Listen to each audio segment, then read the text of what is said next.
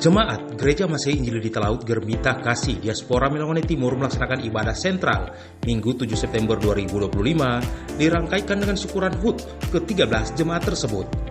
Ibadah dipimpin langsung Sekretaris Umum BPMS Germita, Pendeta Van Hevel Radon Ampulilin. Pada kesempatan tersebut, yang membawakan khotbah yang intinya diambil dari pembacaan Alkitab dalam Kitab Perjanjian Lama Yeremia 18 ayat 1 hingga ke-7. Bupati Kepulauan Talaut Willy Tita dalam sambutannya yang dibacakan Wakil Bupati Anisya Gretsia Bambungan mengatakan, perayaan hari ulang tahun jemaat adalah momentum iman yang penuh makna. Lebih dari sekadar menandai bertambahnya usia, perayaan ini merupakan kesempatan untuk melihat kembali perjalanan pelayanan, pergumulan dan berkat Tuhan yang senantiasa menyertai jemaat. Dalam doa, kerja keras, pengorbanan, dan kebersamaan yang telah dijalani menjadi bukti nyata bahwa kasih setia Tuhan tidak pernah meninggalkan umatnya.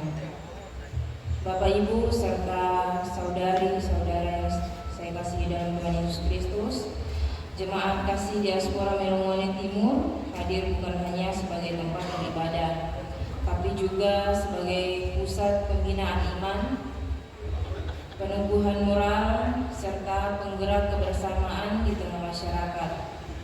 Gereja yang bertumbuh dewasa akan menghadirkan terang Kristus, menebarkan kasih, serta memberikan kontribusi nyata dalam membangun kehidupan sosial yang rukun, damai, dan penuh persaudaraan. Kiranya momentum syukur ini memperkokoh iman, mempererat persaudaraan, serta menyalakan semangat baru untuk melayani Tuhan dengan lebih giat. Sementara itu di tempat sama Ketua 4 Sinode Germita, Penatua Yakob Mangole mengajak semua yang hadir untuk memanjatkan puji syukur kepada Allah Tritunggal yang boleh memperkenankan semua hadir dan bersyukur pada momentum spesial hari ini. Dan terlebih kita boleh bersyukur oleh karena kita percaya mengimani sungguh bahwa jemaat itu boleh berada karena Kristus boleh mengadakan. Tadi bacaan kita dalam Matius 18 ayat 16, kehadiran gereja boleh berada oleh karena Kristus mengadakannya. Oleh karena Kristus mendirikan jemaat itu sendiri.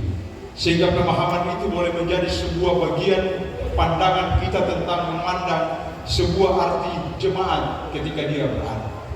Nah, dalam setiap momentum kita merayakan perayaan ulang tahun, tentunya apa yang terpikir dalam diri kita? Yang pertama tentunya kita akan mengingat selalu bahwa kita boleh ada dan kita boleh berada sampai hari ini dan saat ini karena pemeliharaan Tuhan itu selalu nyata dalam hidup kita. Karena tidak ada satu manusia dengan segala kekuatan, dengan segala kemampuannya yang boleh mampu mempertahankan sebagai sebuah komunitas. Khotbah sangat jelas tadi. Negara, perusahaan, bahkan organisasi-organisasi besar itu bisa akan begitu. Tapi kita percaya gereja tidak akan pernah mati.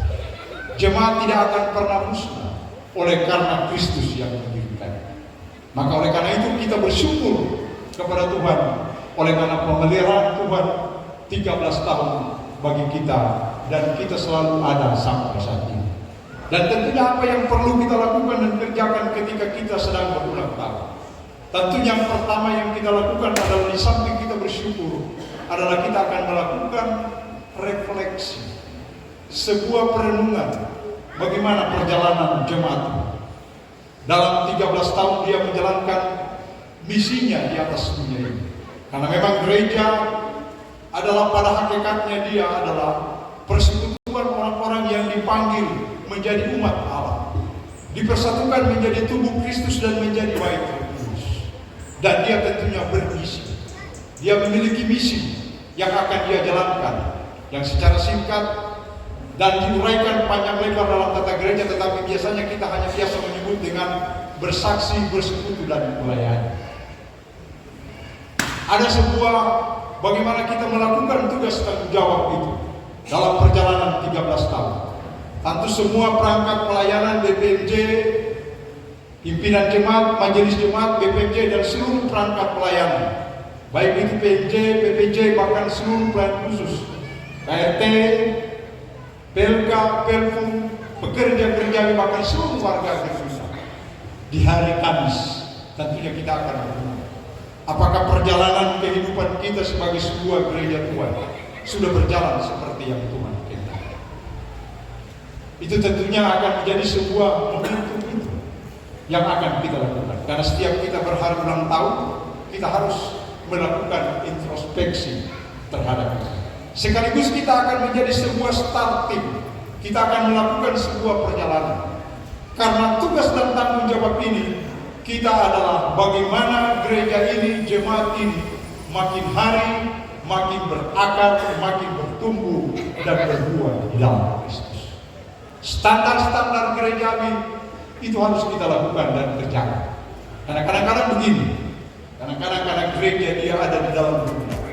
Kadang-kadang menjadi sebuah refleksi dari bidang pekerjaan majelis sinode.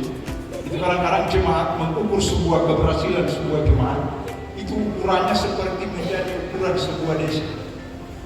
Jadi kalau kepala desa banyak bangun dia infrastruktur, itu dianggap berhasil. Itu kadang-kadang juga kita di gereja, di jemaat, itu banyak juga terbawa dengan konsep pemahaman seperti itu.